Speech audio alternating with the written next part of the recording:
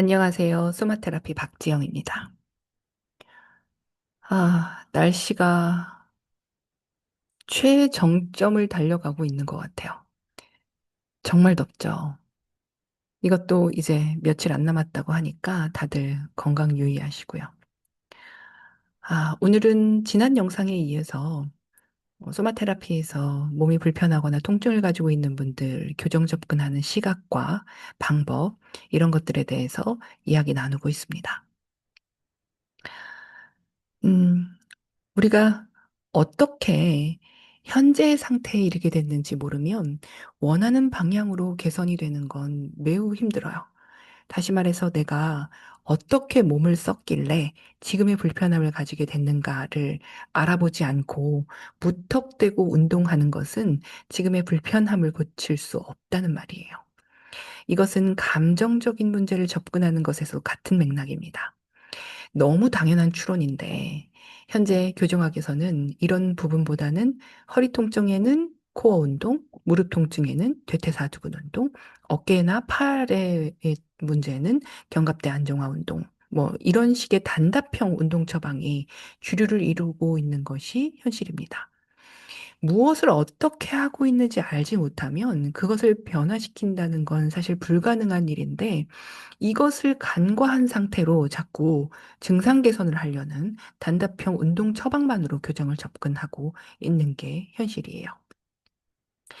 여러분 이런 경험 없으십니까? 내가 막 타인의 어떤 점을 막 비난했어. 그런데 알고 봤더니 나한테도 그런 면이 있었어. 살면서 많지 않나요? 저도 많은데요. 또 주변에서 야, 너 좀 그런 면이 있어. 너 좀 그래. 라고 하면 내가? 나는 좀 안 그래.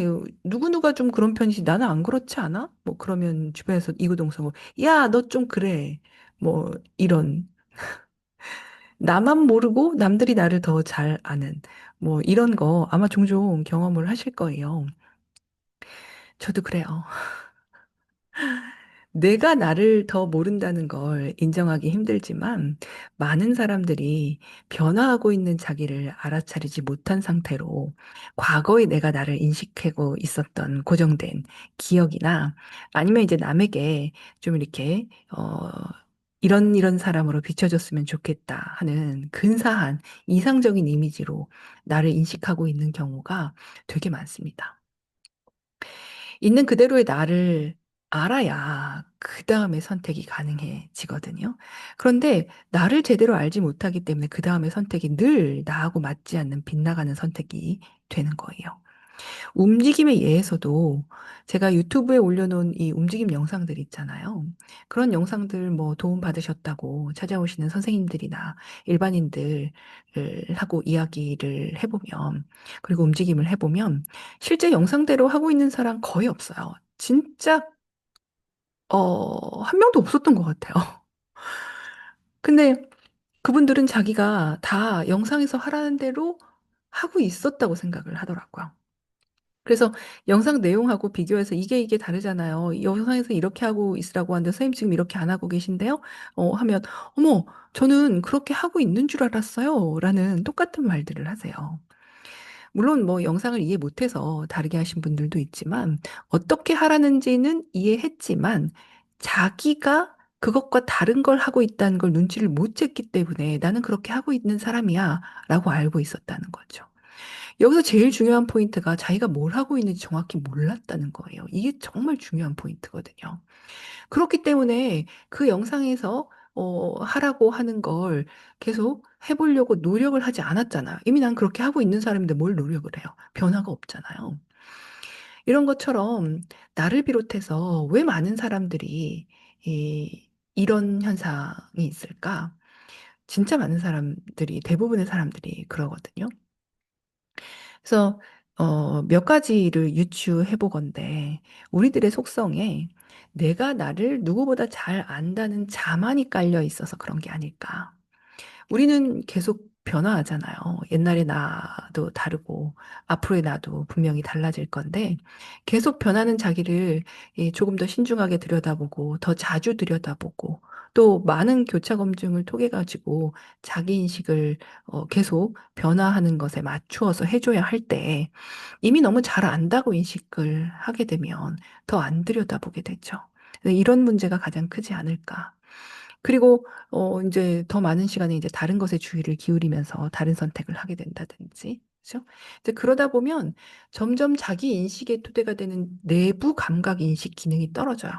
우리 몸의 기능은 사용을 하지 않으면 퇴화하거든요.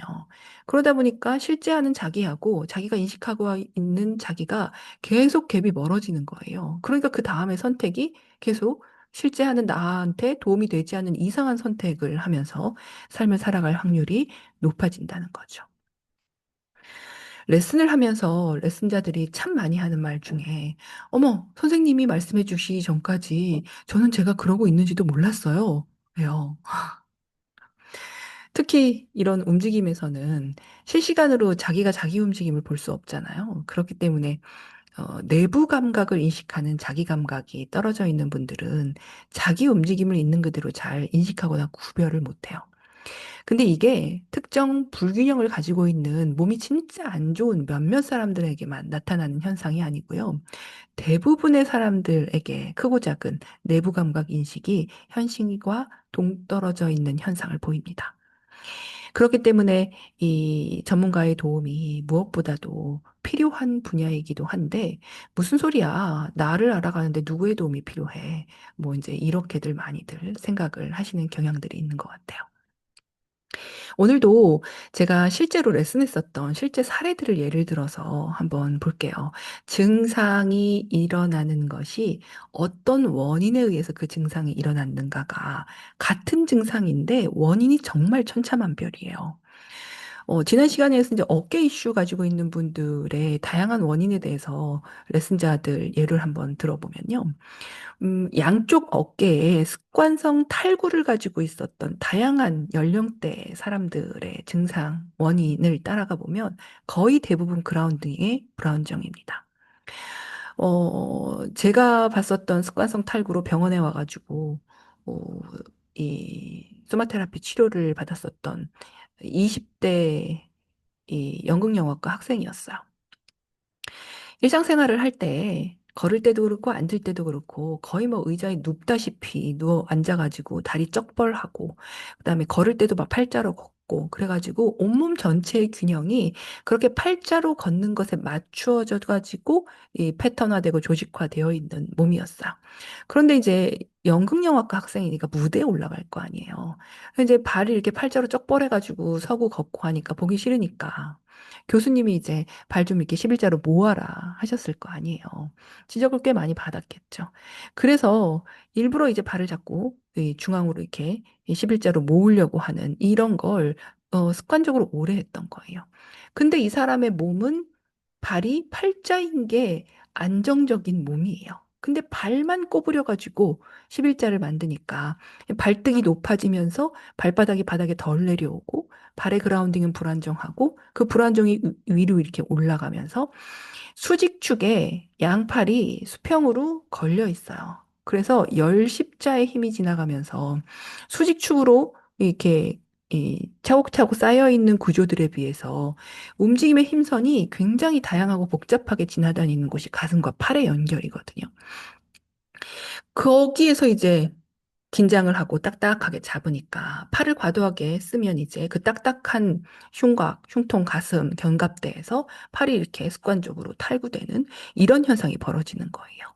그런데 되게 재밌게도 이 우리 선생님들이 레슨하셨던 습관성 탈구를 가지고 있거나 어깨에 이 문제가 계속 이 만성적으로 있는 사람들의 대부분이 이런 그라운딩에 문제가 있었는데 이유가 다 저마다 달랐어요. 어떤 분은 무지외반증이 이제 있는 분이에요. 대개 이제 무지외반증은 이 유전하고 겹치면서 자기 생활 습관하고 이제 겹치면서 점점 나이가 들면서 심해지거든요. 근데 그분도 무지외반증, 자기의 무지외반증이 너무 싫었던 거예요. 그래서 맨날 발가락을 중앙으로 이렇게 엄지발가락 이렇게 벌려가지고 중앙으로 더 이렇게 만들려고. 막 이랬던 분이었고, 손으로 막 엄지발가락을 자꾸 이렇게 벌리고 막 이런 습관을 가지고 있던 분이었어요. 그런데 이미 무지외반증이 진행되면서 몸 전체가 그 무지외반증인 발에 안정적으로 내려앉기 위해서 모든 구조가 그 무지외반증과 함께 패턴화되고 이 조직화되었는데, 발가락만 자꾸 벌려가지고 중앙으로 가져가려고 하는 이런 이 외압을 자꾸 넣게 되니까 몸이 계속 불안한 거예요, 그라운딩이. 근데 그분도 양쪽 어깨에 계속 이 문제가 계속 있었던 사람이었대요. 그리고 또, 다른 예로는 이제 발이 11자가 바른 자세다라고 생각하면서 다른 몸들은 변화시키지 않고 발만 잡고 11자를 만들려고 했던 분들이라든지 이런 분들이 계속 어깨 습관성 탈구나 어깨에 계속 문제가 있으세요. 근데 이런 분들이 이제 병원 가거나 하게 되면 운동센터 가게 되면 다 견갑대 안정화 운동, 뭐 코어 강화 운동 이런 것만 한다고요. 일단 이 원인부터 이해를 하고 그것을 하지 않는 것이 나한테 더 도움이 된다라는 것에 근본적인 변화가 필요하고요. 예, 그리고 이제 그라운딩이 안정이 된 상태에서 그 증상들이 진행되지 않도록 축을 바르게 세우는 움직임부터 해줘야 할 거고, 그리고 안정적으로 축이 이 선 곳에서 팔이 자유롭게 움직일 수 있는 경험을 해야 하는 이런 접근을 해줘야 하는 거죠. 또 어깨에 문제가 있으셨던 분들의 이 원인을 찾아갈 때 다른 이유가 재밌는 이유들이 몇 가지 더 있는데요. 남자 셰프셨어요. 주방에서 이제 일을 하시니까 손팔을 많이 쓰시겠죠. 근데 이제 그분은 손팔을 많이 쓰고 무거운 웍이나 이런 것들을 쓰기 때문에 자기가 팔에 문제가 있다고 생각이 돼서 오랫동안 병원 다니시면서 수술도 하고 물리치료도 계속 일주일에 2번씩 꼭 병원 나오셔가지고 치료하시던 분이었는데 안 좋아져요. 근데 이분의 원인이 뭐였냐면요. 이분이 이 대학 갈 때 체대 입시를 농구로 가신 거예요. 그래서 갑작스럽게 이제 슛을 제대로 쏘고 뭐 이렇게 몸을 제대로 이렇게 움직이고 하는 것에 대해서 이제 체대 입시에서 배우는 이런 폼이 있잖아요. 이제 그걸 이제 배워가지고 학교를 들어가신 거예요.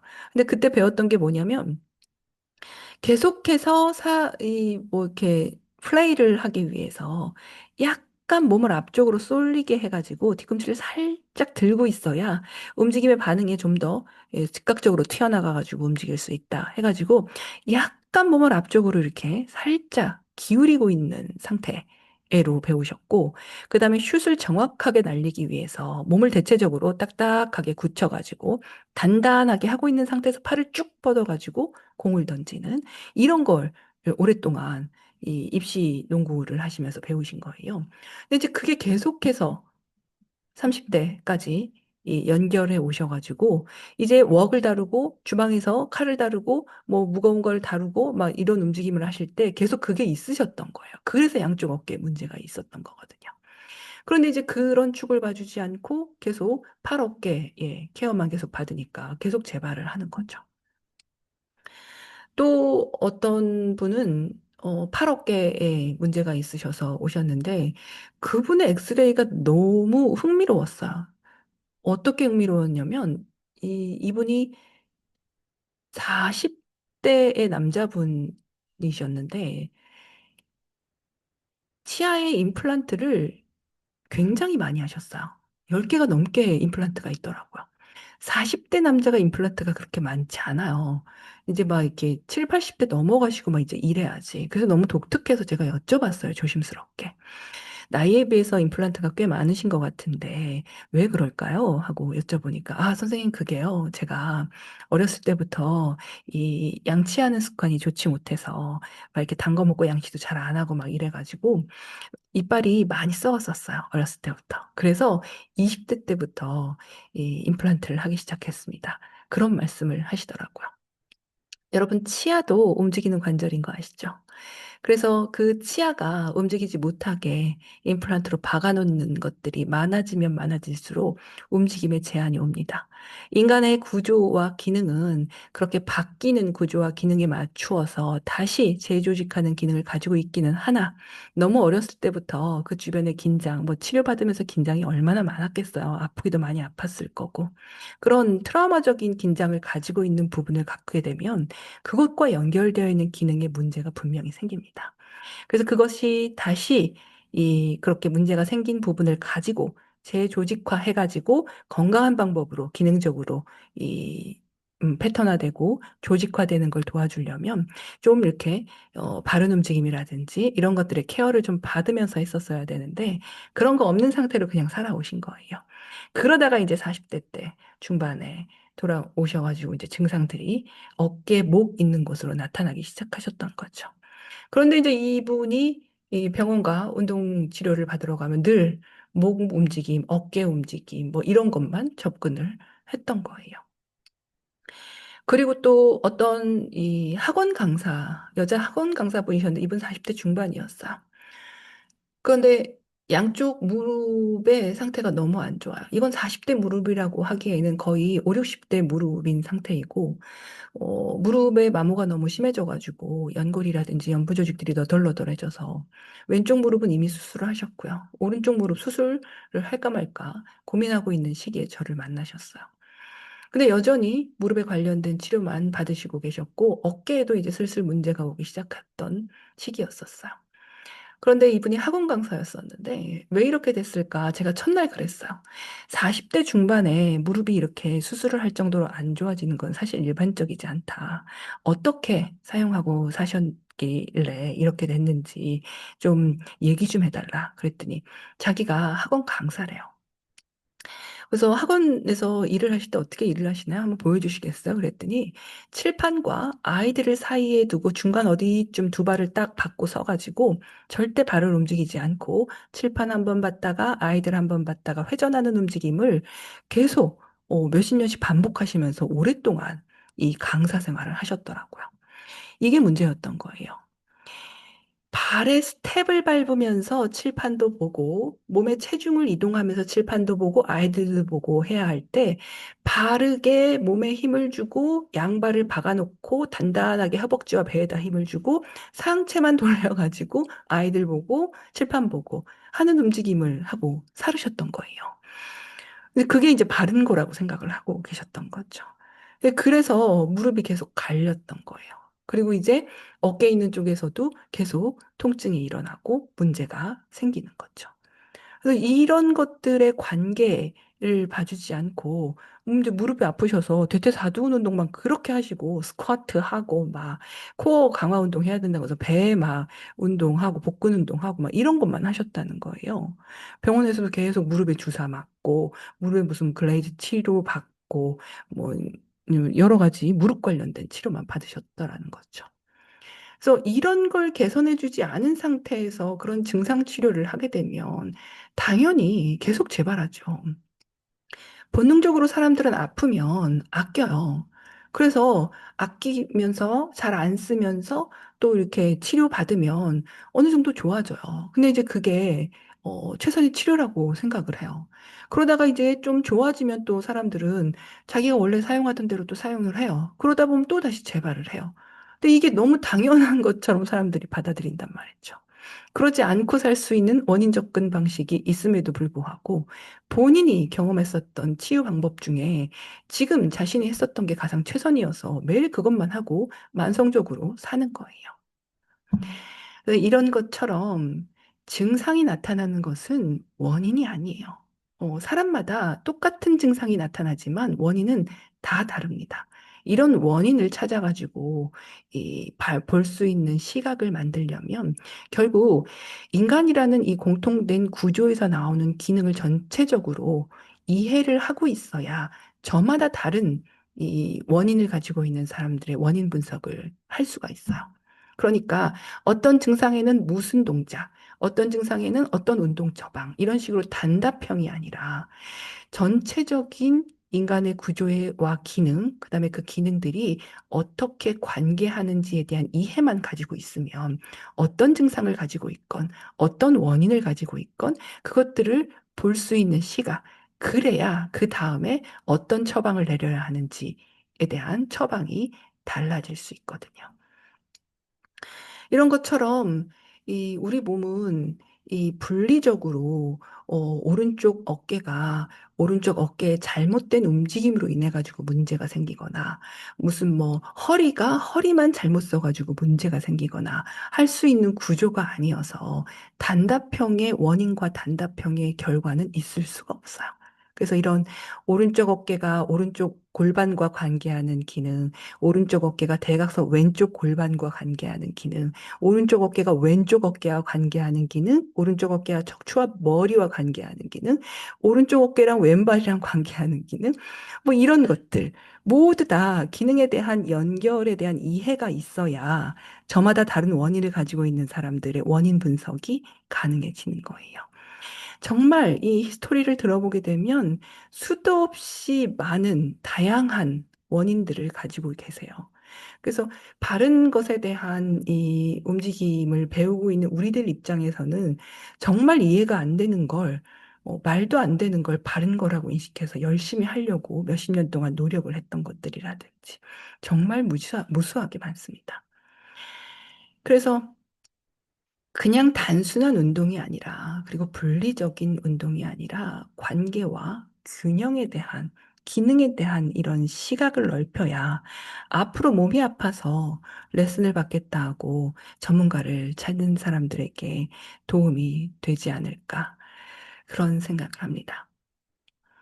어, 1편 영상을 올리고 그런 말씀들을 하세요. 그래서 그런 증상을 가지고 있는, 원인을 가지고 있는 사람들에게 어떤 운동 처방을 하는지 움직임도 조금 소개해 주세요. 라고 말씀하시는 분들이 계셔서 3편 영상은 실제로 우리가 다 같이 이 움직임을 해보는 이런 영상으로 준비를 하고 있기도 합니다.